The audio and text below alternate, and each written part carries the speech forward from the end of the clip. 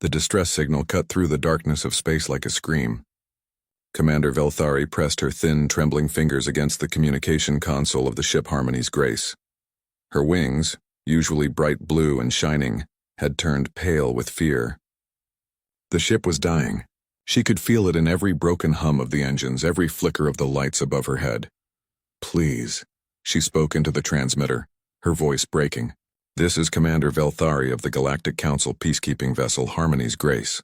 We are under attack. Our hull is breached. Life support failing. We have 200 souls aboard, families, children. Please, anyone help us."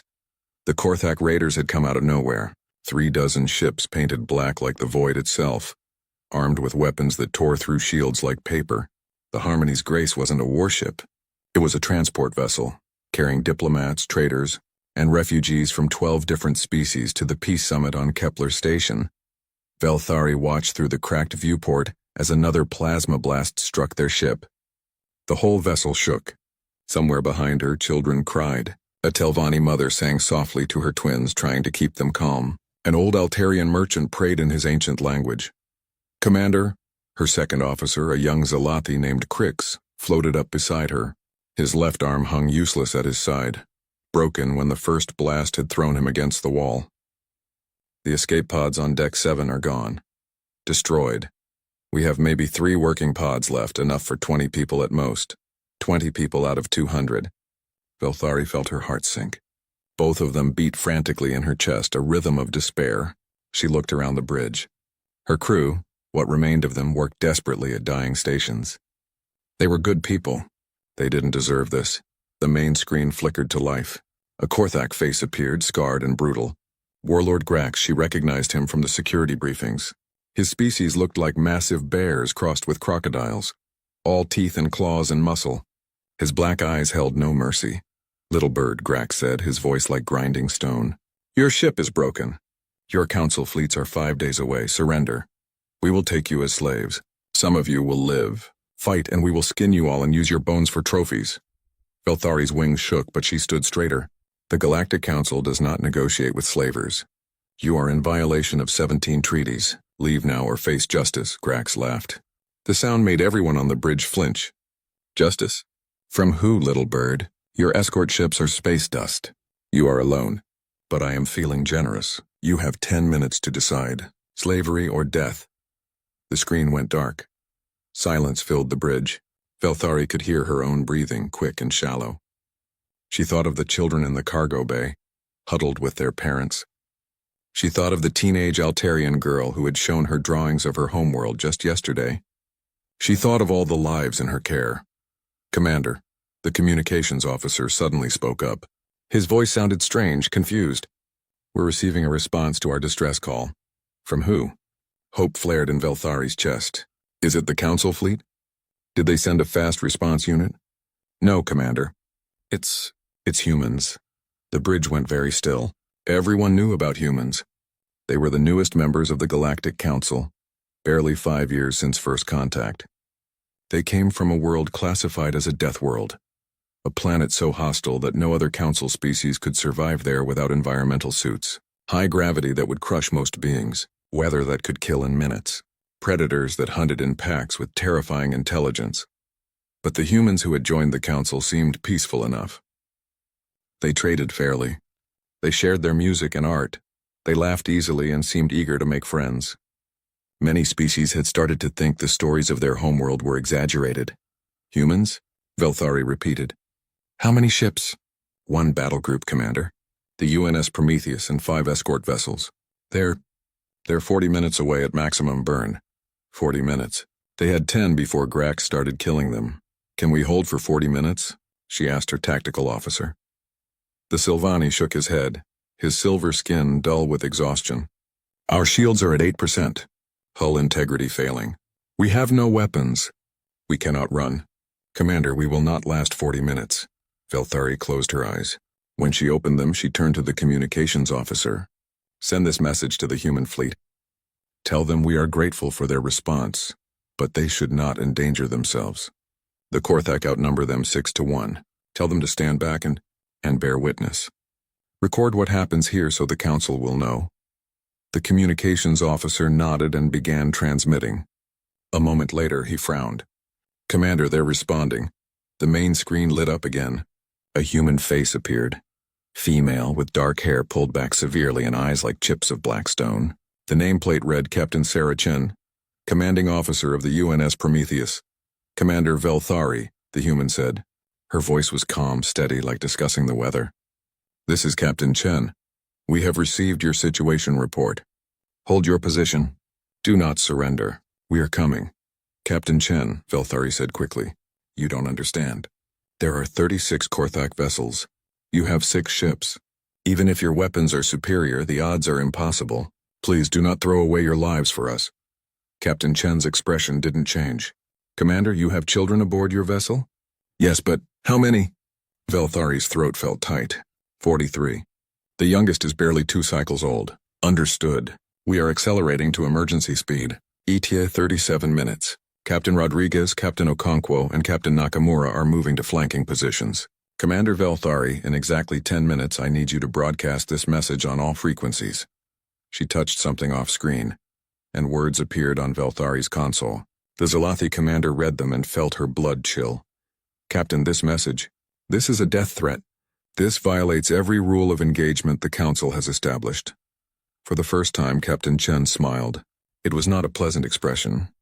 "Commander, those rules assume everyone follows them. The Korthak threatened children. They destroyed medical vessels. They take slaves. The rules no longer apply.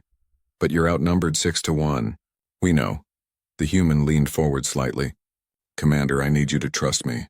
Your people think we're weak because we choose to be kind, because we laugh and trade and make art. They think our warnings about our homeworld are stories, myths. They're about to learn otherwise." The human's eyes seemed to bore through the screen. "You have children to protect, so do we. Every child in the galaxy becomes our responsibility when we see them in danger. It's how we survived our death world. We protected our young with absolute ferocity. Now broadcast that message in exactly 10 minutes. Not before, not after. Can you do that?" Velthari found herself nodding before she realized it. Something in the human's voice, steady as bedrock, made her believe. "Yes, Captain. 10 minutes. Good. And Commander? When we arrive, things are going to happen very fast. Some of what you see might be disturbing. Keep your people away from the viewports. Focus on keeping them calm. We'll handle the rest." The screen went dark. Velthari looked at her chronometer. 10 minutes. She looked at the message again. It was simple, direct, and absolutely terrifying in its implications. Around her, her crew exchanged glances. Nobody said what they were all thinking. The humans were planning something. Something the peaceful Galactic Council would never approve of. Something that the rules of civilized warfare forbade. But as another blast shook the ship, as she heard more children crying in the distance, Velthari found she didn't care about the rules anymore. She just wanted her people to live. The minutes crawled by. Each second felt like an hour. The Korthak ships moved closer, weapons charging for what would probably be the killing blow. At exactly 10 minutes, Velthari broadcast the message Captain Chen had sent. "Korthak fleet. This is the UNS Prometheus. You have fired upon civilians. You have threatened children. You have violated the Geneva Convention, the Stellar Accords, and every law of civilized warfare. You have one chance. Leave now, or we will show you why humanity survived its death world. There will be no second warning. There will be no mercy. Choose." Warlord Grax listened to the message and laughed so hard that his second-in-command stepped back nervously. The bridge of his flagship, the Blood Dancer, echoed with his amusement. Around him, his crew of hardened raiders joined in the laughter. The sound was like grinding metal mixed with breaking glass. "Humans," Grax said, wiping tears from his black eyes. "The soft little traitors dare to threaten us. Send word to all ships. When they arrive, destroy them slowly. I want to hear them beg like the cowards they are." His tactical officer, a scarred Korthak named Thresh, studied his scanner. "Warlord, the humans are coming in fast. Very fast. They're burning at... This can't be right." "What?" Grax moved to look at the screen. "They're pulling 15 Gs of acceleration. No council species can survive more than 6. Even we can only handle 9 for short periods." Grax frowned. "Your scanner is broken." "Fix it." "It's not broken, Warlord. All ships confirm the same readings. And they're not slowing down. At this speed, they'll crash right through our formation." "Then they're committing suicide," Grax decided. "Trying to die with honor rather than be taken as slaves." Pathetic. Send 12 ships to intercept them. The rest continue pressuring the transport. I want those civilians ready to load when we're done with the humans. 12 Korthak ships peeled away from the main fleet. Each one was a predator, built for raiding and slavery. Their captains were veterans of 100 attacks on defenseless vessels. They knew how to break spirits, how to make people surrender, how to turn brave words into whimpers of submission. They formed an attack wall and waited for the humans to slow down, to try some clever maneuver, to do something that made sense. The humans didn't slow down. Captain Chen stood on the bridge of the Prometheus, her hands clasped behind her back.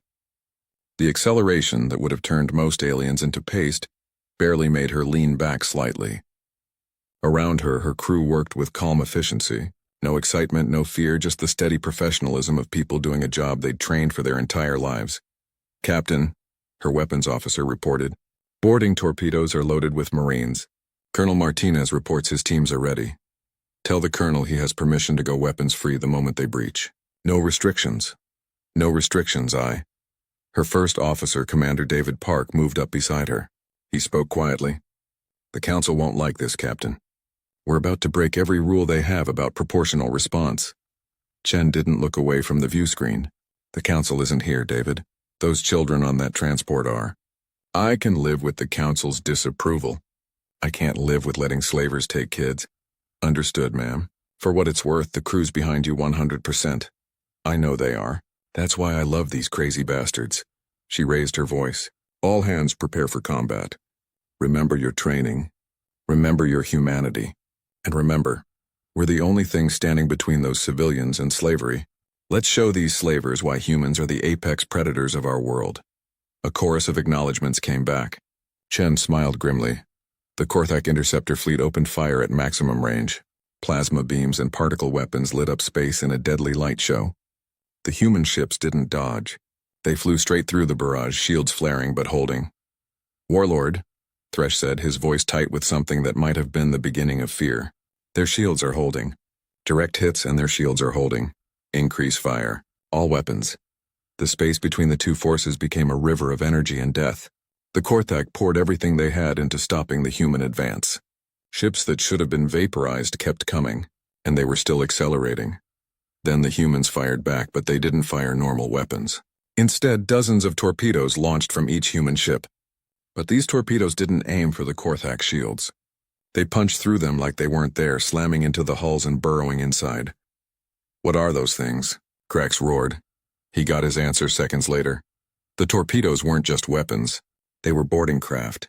Each one carried a squad of human Marines in power armor that turned them into walking tanks.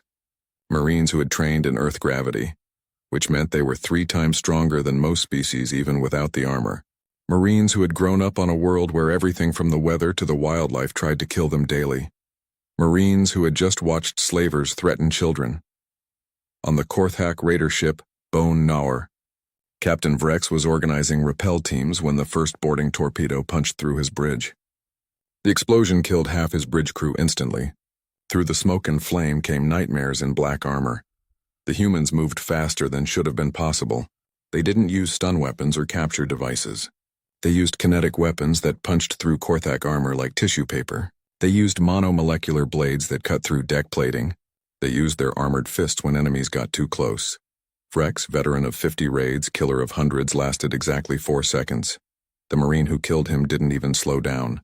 She moved to the next target, weapon rising with mechanical precision. No hesitation, no mercy, exactly as promised. Similar scenes played out on every Korthak ship the humans boarded. The raiders, used to fighting terrified civilians and lightly armed traders, found themselves facing something from their worst nightmares. Humans didn't just fight. They hunted. They moved in coordinated pack formations, covering each other, herding enemies into kill zones. One Korthak warrior, bigger than the rest, managed to grab a human Marine, lifting him off the ground. He squeezed with all his might, strength that could crush stone. The human's armor cracked but held. The Marine didn't scream or beg. He simply drew his sidearm and put 3 rounds through the Korthak's skull at point-blank range. On the Blood Dancer, Grax watched the tactical display in growing horror. The dots representing his interceptor fleet were going dark one by one. Not damaged, not retreating, just gone, eliminated. How? He whispered. Then louder. How are they doing this? They're just humans, soft little traders who make art and music. His science officer, an elderly Korthak who had seen many battles, spoke carefully. Warlord, I think we misunderstood. They don't make art because they're soft. They make art because they've evolved past the need to be violent all the time. But the violence, it's still there, under the surface, waiting. Pull those ships back. All ships converge on the humans. Overwhelm them with numbers. But it was too late for the interceptor fleet. In less than 10 minutes, 12 Korthak ships had been turned into floating tombs. The human Marines didn't take prisoners. They didn't accept surrenders. They cleared each ship room by room, deck by deck, with brutal efficiency. Captain Chen watched the tactical display with cold satisfaction. Phase 1 complete. All boarding teams evacuate to retrieval points. Phase 2 begins in 60 seconds. The remaining 24 Korthak ships were racing to engage, but they were scattered, their formation broken by the need to threaten the civilian transport. The human fleet, still in perfect formation, still accelerating at impossible speeds, adjusted course slightly. They're heading straight for us, Thresh reported unnecessarily. Everyone could see it. Grax felt something he hadn't experienced in decades. Fear. Real, bone-deep fear. All ships, all weapons, concentrate fire on the lead human vessel. Everything we have! Space lit up again as 24 ships focused their fire on the Prometheus. The human ship's shields flared, buckled, started to fail. Grax felt hope rising. Then the Prometheus did something impossible. It rolled, presenting a fresh shield facing while the damaged section recharged. Then it rolled again and again, distributing the damage across all shield facings while maintaining its collision course. It was a maneuver that should have torn the ship apart from the stress. The humans inside should have been liquefied by the G-forces. But the ship held together, and the humans kept coming. Impact in 30 seconds. Thresh screamed, "Evasive maneuvers!" All ships scatter. The Korthak fleet broke formation, ships peeling away in all directions. It was exactly what the humans wanted. As the raiders scattered, the human ships split up, each one chasing multiple targets. No longer a single target for concentrated fire. They became 6 deadly predators pursuing scattered prey. The Prometheus adjusted course slightly and scraped past the Blood Dancer so close that the shields of both ships merged for a moment in a blinding flash. In that instant, something transferred between the ships. Grax had just enough time to wonder what before his ships. Artificial gravity reversed at 20 times normal strength. Every Korthak on the Blood Dancer was instantly slammed into the ceiling with bone-crushing force. Then the gravity reversed again, slamming them into the floor. Then the walls. The humans had hacked their gravity systems and turned their own ship into a weapon against them. Commander Velthari pressed herself against the viewport of the Harmony's Grace, unable to look away from the battle raging outside. Her whole body shook, but not from fear anymore. It was awe, terrible and complete, at what she was witnessing. The humans weren't fighting. They were hunting. And they were very, very good at it. She watched as a human destroyer, a ship half the size of its Korthak opponent, performed a maneuver that should have been physically impossible. It flipped end over end while maintaining forward velocity, its weapons firing in perfect sequence to create a sphere of death around itself. The Korthak cruiser trying to flank it flew straight into the kill zone and came apart like a toy thrown against rocks. "Commander," Crix floated beside her, his voice barely a whisper. "The human medical ship is requesting permission to dock. They want to evacuate our wounded." Velthari turned to stare at him. "They want to dock? In the middle of this battle?" "Yes, Commander. They say they can have everyone off in 15 minutes. She looked back outside. The human medical frigate, painted white with red crosses, was indeed approaching. 2 Korthak raiders moved to intercept it, seeing an easy target. The medical ship didn't change course, didn't slow down. At the last second, 2 human fighters appeared from nowhere, moving so fast they were just blurs. The Korthak raiders exploded. The fighters vanished again into the chaos. The medical ship continued its approach as if nothing had happened. "Grant them permission," Velthari said softly. "And Crix, tell our people to stay calm. The humans are here to help." The docking was smooth despite the battle raging around them. The airlock opened and humans poured in. But these weren't the Marines Velthari had expected. They wore medical uniforms, carried stretchers and medical equipment. They moved with the same efficiency as their military counterparts. But their purpose was preservation, not destruction. A young human woman, Her medical uniform, marked with the rank of lieutenant, approached Velthari. She couldn't have been more than 25 Earth years old. Just a child by Galactic Council standards. Commander Velthari, I'm Lieutenant Emily Foster, Chief Medical Officer. We need to evacuate your wounded immediately. Can your people walk? Some can, but the children will carry them. The humans said it like it was nothing. Like carrying alien children 3 times their size was perfectly normal. My team has experience with multi-species evacuation. Please tell your people we're here to help. We won't hurt them. Velthari watched in amazement as the human medical team worked. A male medic, even younger than the lieutenant, picked up 3 Zalathi children at once, 1 in each arm and 1 on his back. Each child weighed 40 kilograms. The human didn't even look strained. He was talking to them softly, his voice calm and soothing despite the chaos outside. It's okay, little ones. We're going to a safe place. My ship has a play area. Do you like games? We have games from 50 different worlds. An elderly Altarian, too weak to walk from oxygen deprivation, was gently lifted by a human nurse who couldn't have weighed more than 60 kilograms herself. She carried the elder like he weighed nothing, while simultaneously monitoring his vital signs on a display mounted to her wrist. But what struck Velthari most was the contrast. Outside, she could see human marines tearing through Korthak ships with ruthless efficiency. Inside, human medics were treating injured raiders who had been caught in decompression incidents with the same care they showed the civilians. Why? She asked Lieutenant Foster. Why save them too? They're the enemy. Foster looked at her with eyes that seemed far too old for her face. Once they're wounded and helpless, they're not enemies anymore. They're patients. That's what separates us from them, Commander. We can be monsters when we need to be, but we choose when to stop. The explosion rocked the ship. Through the viewport, Velthari saw a Korthak destroyer firing on them, trying to kill the civilians rather than let them be rescued. The human medical ship's escort, a frigate named the UNS Mercy's Fist, interposed itself between the transport and the destroyer. The frigate took the hit meant for them, its shields flaring and dying. What happened next made everyone, human and alien alike, stop and stare. The frigate accelerated directly at the destroyer. Not to ram it, but to get close, point-blank range. The destroyer tried to back away, but the human ship was faster, more agile. It matched every evasive maneuver, staying so close their shields overlapped. Then the frigate fired everything it had at once. Not at the destroyer's shields or weapons, but at its engines. Surgical strikes that crippled but didn't destroy. The destroyer began to drift, helpless. The frigate could have finished it off easily. Instead, it turned back to guard the medical evacuation, leaving the destroyer crew alive but impotent. 12 minutes, Lieutenant Foster announced. Almost done. Commander, you need to come too. I can't leave my ship. Your ship is dying, Commander. Hull integrity is at 2%. You've got maybe 5 minutes before catastrophic failure. Your duty to your crew is fulfilled. Let us save you too. Velthari looked around the bridge of the Harmony's Grace. Her home for 3 years. The place where she'd celebrated her bonding ceremony over video link. The place where she'd learned she was going to be an aunt. So many memories, but Foster was right. The ship was dead. Only pride kept her here. Very well, she said quietly. As they evacuated, Velthari got her first real look at human technology.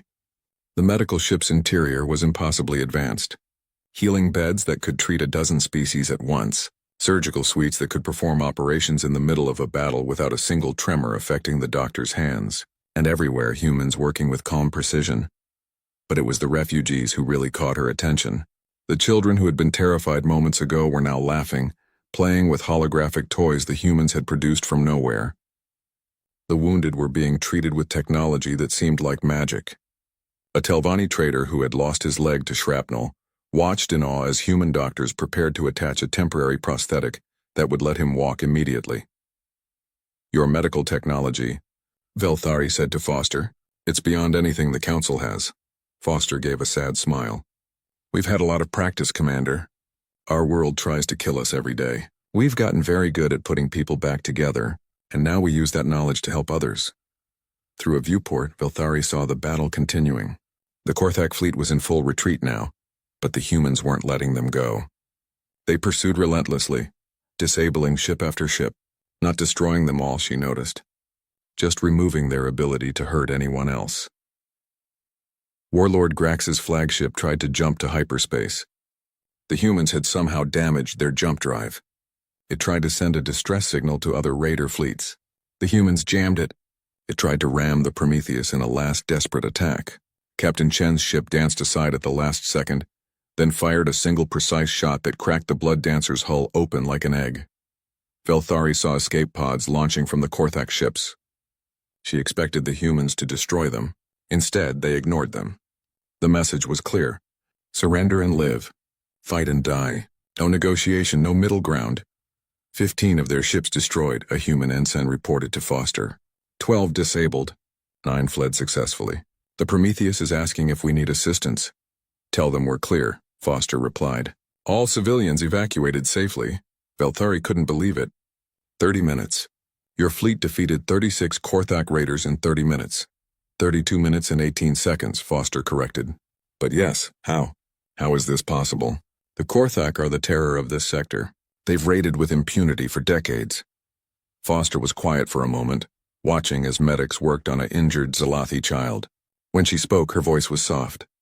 Commander, have you ever heard of persistence hunting? No. It's how ancient humans hunted before we had advanced weapons. We couldn't outfight most predators, couldn't outrun prey, but we could outlast them. We'd chase them walking, jogging for hours or days, never stopping, never resting. Eventually, they'd collapse from exhaustion and we'd catch them. She turned to look at Velthari. That mentality never left us. When we decide something needs to be done, we don't stop. Ever, those raiders threatened children. In that moment, their fate was sealed.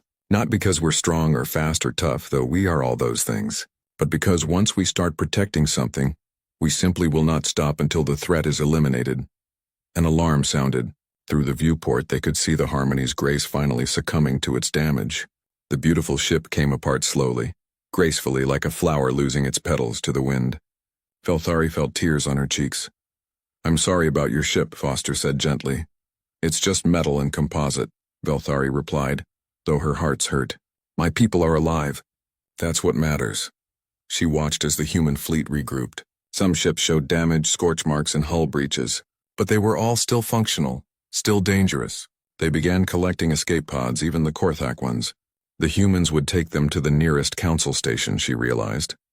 The raiders would face justice, but they would live. Most of them, anyway. The ones who had surrendered. The ones who had fought to the end were floating debris now, their ships torn apart with surgical precision. The human medical ship felt strange to Velthari. Too quiet after the chaos of battle, too calm.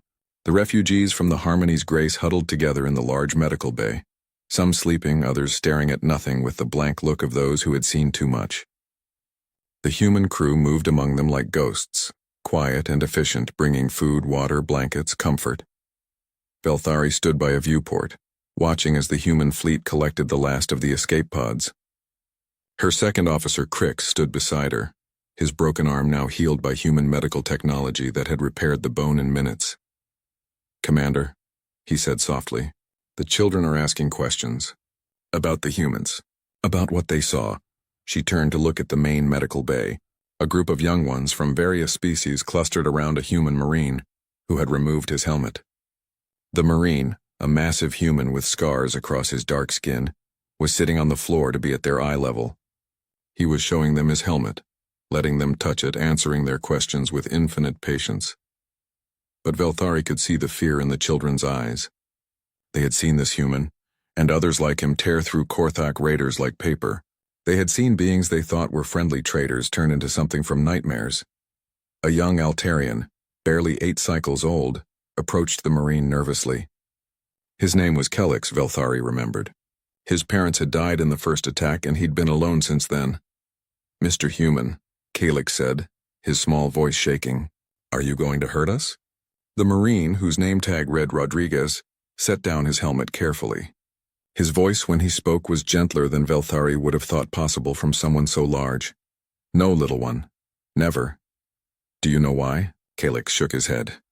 Because you're not a threat. You're not trying to hurt anyone. You're just a kid who needs help. And helping kids is what we do. But you killed those others. The bad ones. You didn't show them any mercy. Rodriguez nodded slowly. That's true. We didn't. Do you want to know why? The children all leaned in, even the ones who had been pretending not to listen. On our world, Earth, we have creatures called wolves. Do you know what wolves are? The children shook their heads. They're predators, hunters. They live in groups called packs, and they protect each other. They're dangerous to their enemies, but gentle with their pups, their babies. Humans learned from wolves. We learned that to protect the pack, especially the young, sometimes you have to be fierce. Sometimes you have to be scarier than the things trying to hurt your family. He picked up his helmet, showing them the scratch marks on it from where a Korthak had tried to claw through it. Those raiders, they wanted to hurt you, to take you from your families, to make you slaves. We couldn't let that happen. So we became the wolves. We became the monsters that monsters fear. Not because we like it, but because it was the only way to keep you safe. But what if you don't stop? Another child asked. What if you keep being monsters? Rodriguez smiled, and it was a real smile, warm and kind. That's a good question. That's why we have rules. That's why we have each other. When the fight is over, we remind each other to be human again, to be kind, to build instead of destroy. Watch. He pulled something from his pocket, a small device that projected a hologram. Music started playing, soft and beautiful. The hologram showed flowers blooming, birds flying, children playing on a green world under a blue sky. This is Earth, our home. It's dangerous, yes, but it's also beautiful. We fight to protect beauty. We destroy those who would destroy innocence. But when the fighting is done, we go home and tend our gardens, paint our pictures, sing our songs. The monster is something we become when needed, not something we are. Calyx moved closer, fascination overcoming fear. Your world made you strong. It did. But do you know what made us stronger? What? Each other. Learning to work together. Learning that our differences made us better, not weaker. Just like all of you. From different worlds, different species, but all part of the same big family now. Velthari watched as the Marine continued talking to the children, showing them pictures of Earth, telling them stories. Slowly, the fear in their eyes faded. Some even laughed when he told them about house cats, tiny predators that humans kept as pets. Lieutenant Foster appeared beside her. Commander Captain Chen would like to speak with you. She's on the bridge. Velthari followed Foster through the ship. The corridors were filled with refugees, but also with human crew members helping them. She saw a human engineer teaching a group of Telvanni teenagers how the ship's gravity systems worked. A human cook was learning recipes from an elderly Altarian chef. Everywhere, the two groups were mingling, fear slowly being replaced by curiosity. The bridge was smaller than she expected, efficient and practical. Captain Chen stood at the center, reviewing reports on multiple screens. She turned as Velthari entered. Commander, I'm glad you're safe. How are your people? Alive, thanks to you. But Captain, I must ask, what you did out there, the brutality, the lack of mercy, this isn't what the Council knows of humanity. Chen nodded slowly. It's not what we want to be known for. We came to the stars hoping to leave that part of us behind. To be explorers, traders, friends. But the galaxy isn't as peaceful as we hoped. There are those who prey on the weak, who see kindness as weakness. She gestured to a screen showing the debris field that had been the Korthak fleet. We made a choice when we joined the Council. We would be what the galaxy needed us to be, friends to those who want peace, protectors to those who need help, and yes, nightmares to those who would harm the innocent. But the Council will be horrified. The rules of engagement were written by species who evolved on paradise worlds, Chen interrupted. Worlds where cooperation was always the best strategy, where violence was rare and controlled. They don't understand that some predators don't respond to anything but greater strength. She turned to face Velthari fully. Commander, let me ask you something. If we had followed the rules, if we had negotiated, if we had shown proportional response, what would have happened? Velthari's wings drooped. We would be slaves now. Or dead? Exactly. Sometimes, Commander, compassion means making the hard choice.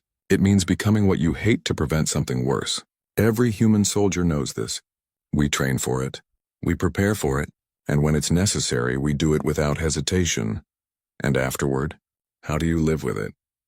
Chen's expression softened slightly. We remember why we did it. We look at those kids in our medical bay, safe and alive, and we know it was worth it. And we work every day to build a galaxy where such choices aren't necessary. A communication officer spoke up. Captain, we're receiving a transmission from the Council. They want a full report. I'll handle it, Chen said.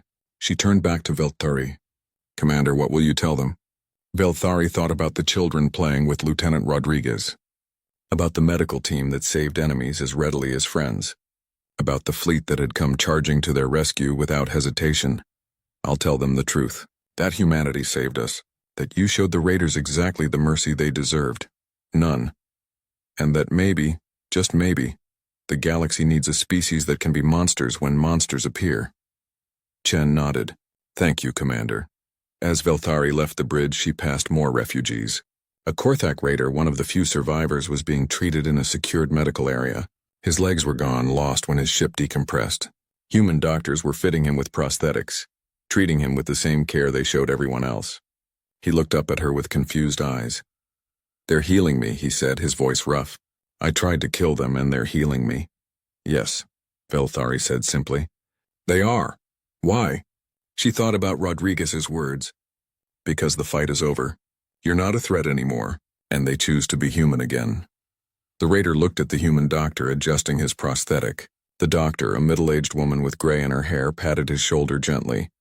You'll walk again in a few days, she said. After that, you'll be turned over to council authorities. What happens next is up to them and you, but you'll face justice whole and walking. That's more mercy than you showed your victims. The raider said nothing, but Velthari saw something in his eyes she'd never expected to see in a Korthak. Shame. And perhaps, just perhaps, the beginning of understanding. She found Crix with the other refugees. He was staring out a viewport at the human fleet. They're escorting us all the way to Kepler Station, he said. Captain Chen says they won't leave until everyone is safe. Of course they won't, Velthari replied. It's what they do. They protect the pack. Commander, do you think the Council will understand? What the humans did? Velthari watched as a human fighter flew past, waggling its wings at the children who had pressed themselves against the viewport to watch. Such a small gesture turning a machine of war into a moment of joy for traumatized youngsters. I don't know, Crix, but I understand. And I think that's what matters. The humans showed the galaxy something today. They showed that kindness and strength aren't opposites. They're two sides of the same truth. You protect what you love with everything you have. And sometimes that means becoming something terrible. She thought about the message that would spread across the galaxy. The story of the humans who answered a distress call, who came without hesitation. The Galactic Council chamber on Kepler Station was a massive sphere, designed so that no species sat above or below another. Representatives from 47 civilizations filled the viewing platforms, their forms as varied as the worlds they came from. At the center, a holographic display showed the battle footage from the Harmony's Grace incident, as it was now being called. The chamber was completely silent as they watched humans tear through the Korthak fleet. Many representatives had to look away when the boarding footage played, showing human Marines eliminating raiders with brutal efficiency. The silence stretched long after the recording ended. Finally, Ambassador Thekval of the Corvanian Empire spoke. His species looked like giant mantises made of crystal, and his voice rang like bells. This is barbarism. The humans violated 17 separate council protocols. They showed no quarter, took no prisoners during combat, and used excessive force. They must be censured. Murmurs of agreement rippled through some sections of the chamber. Others remained silent, uncertain. Ambassador Sarah Chen stood at the center platform. She was Captain Chen's older sister, though few knew that. Her face was calm, showing nothing of her thoughts as she listened to the growing chorus of criticism. They're monsters, someone whispered, loud enough to be heard. Deathworlders, another agreed. Sarah Chen raised her hand for silence. When she spoke, her voice carried to every corner of the chamber. Yes, she said simply, we are Deathworlders. The chamber went silent again, shocked by the admission. We come from a world that tried to kill us every single day. Gravity that would crush most of you. Weather that can destroy entire cities. Diseases that evolve faster than we can cure them. Predators that hunt in packs using tools and tactics. Even our plants can be deadly. We are the product of millions of years of evolution on a world that demanded we become strong or die. She paused, looking around the chamber. We are Deathworlders. We accept this label. We embrace it, because it means we survived what would have killed anyone else. It means we learned to work together against impossible odds. It means we became strong enough to protect those who cannot protect themselves. Ambassador Thekval's crystalline form chimed with indignation. You speak of protection, but we saw slaughter. Your people killed without mercy. Yes, Sarah agreed. We did, We killed slavers who had just murdered the escort ships protecting the Harmony's grace. We killed raiders who threatened to skin children and use their bones for trophies. We killed those who have terrorized this sector for decades while the Council wrung its hands and did nothing. The Council seeks peaceful solutions. The Council seeks to avoid conflict, Sarah interrupted. Even when conflict is the only answer. Tell me, Ambassador Thekval, how many ships have the Korthik destroyed in the last decade? How many colonies have they raided? How many beings have they taken as slaves? Thekval was silent. I'll tell you. 342 ships destroyed, 57 colonies raided, over 100,000 beings taken as slaves. And what did the Council do? Send strongly worded messages. Impose trade sanctions that the Korthak ignored because they're pirates. You did nothing that mattered. She turned to address the full chamber. We humans have a saying. The only thing necessary for evil to triumph is for good people to do nothing. You are good people. All of you. But you did nothing. And evil triumphed again and again. A new voice spoke up. Commander Velthari had been given special permission to address the Council. She stood on a lower platform, her wings still pale from her ordeal but held high with dignity. I was there, she said. I watched my escort ships die. I heard the Korthak leader threaten our children. I prepared to watch my people become slaves. And then the humans came. She looked around the chamber, meeting as many eyes as she could. They came knowing they were outnumbered 6-1. They came knowing the Council would probably condemn them for their actions. They came anyway, because there were children to protect. She turned to the section where several young refugees from her ship sat with their families. Ask those children if they think the humans are monsters. Ask them if they would rather the humans had followed Council protocols and negotiated, while they were dragged away in chains. Ask them if they cared that the humans broke your rules to save their lives. Young Keelik stood up, his small voice carrying surprising strength. The humans saved us. They were scary when they fought the bad ones, but they were kind to us. Lieutenant Rodriguez showed me pictures of Earth. He taught me a word. Hero. It means someone who protects others even when it's dangerous. The humans are heroes. Several other children nodded, murmuring agreement. One, a tiny Telvanni girl, added, The human doctor sang to me when I was scared. Her voice was pretty. Ambassador Zixitheta of the Altarian Collective, an ancient being whose species was known for their wisdom, spoke slowly. The humans raise an uncomfortable point. We have become so civilized, so dedicated to peace that we have forgotten that some threats only respond to strength. We have let our fear of violence make us victims of those who embrace it. So we should become barbarians? Thekval chimed. No, Sarah Chen said. You shouldn't. You should remain exactly as you are, peaceful, civilized. Dedicated to art and science and philosophy. The galaxy needs that. It needs your light. She straightened, her voice growing stronger. But the galaxy also needs someone willing to stand in the dark. Someone willing to be the monster that monsters fear. Someone who can do terrible things so you don't have to. We volunteer for that role. You would be our weapons? Someone asked, disgust clear in their voice. No, we would be your guardians. There's a difference. A weapon is pointed wherever its wielder chooses. A guardian chooses where to stand, and we choose to stand between the innocent and those who would harm them. Sarah touched a control and new images appeared. Human colonies across the galaxy. Humans working alongside other species. Human children playing with alien children. Human artists collaborating with alien musicians. Human doctors healing alien patients. This is who we are most of the time. 99% of our existence is peaceful. We trade, we explore, we create, we love. We form friendships that cross species lines. We adopt your customs, learn your languages, appreciate your art. We are not naturally violent. Violence is a tool we use only when necessary. The images changed to show the aftermath of various disasters. Humans rescuing colonists from a volcanic world. Humans delivering medicine to a plague-stricken system. Humans rebuilding after an asteroid strike. We use our strength to help. Our endurance to aid those in need. Our technology to heal and build. That is our choice. But when someone threatens the innocent, especially children, we make a different choice. We choose to remind the universe why humanity survived its death world, not through cruelty, but through the absolute determination to protect our tribe. And now all of you are part of our tribe. Ambassador Thekval was not satisfied. And if you decide we are the threat? If you turn these capabilities against the Council? Sarah smiled, but it wasn't a warm expression. Ambassador, if we wanted to conquer the galaxy, would we be standing here asking for your approval? Would we have saved those Korthek survivors? Would we be bound by any rules at all? We choose to be part of the council because we believe in what it represents. But we also believe it needs protectors who aren't afraid to get their hands dirty. A new figure entered the chamber. Warlord Grax in chains, escorted by council security. He had been captured alive when his escape pod was retrieved. His presence caused a stir. You want to know about humans? Grax growled. I'll tell you. They're insane. They flew through fire that would have destroyed any sane being. They boarded ships in the middle of combat. Their marines kept fighting even when wounded. One human missing an arm killed 3 of my warriors before he finally fell. They're not natural. They're wrong. Sarah Chen looked at him steadily. Wrong? Now, Warlord Grax, we're exactly what evolution intended. We're persistence hunters from a world where giving up meant death. We're pack animals who learned that together we're stronger than any individual threat.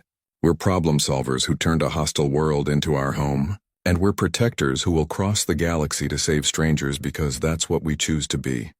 She turned back to the council. We propose this.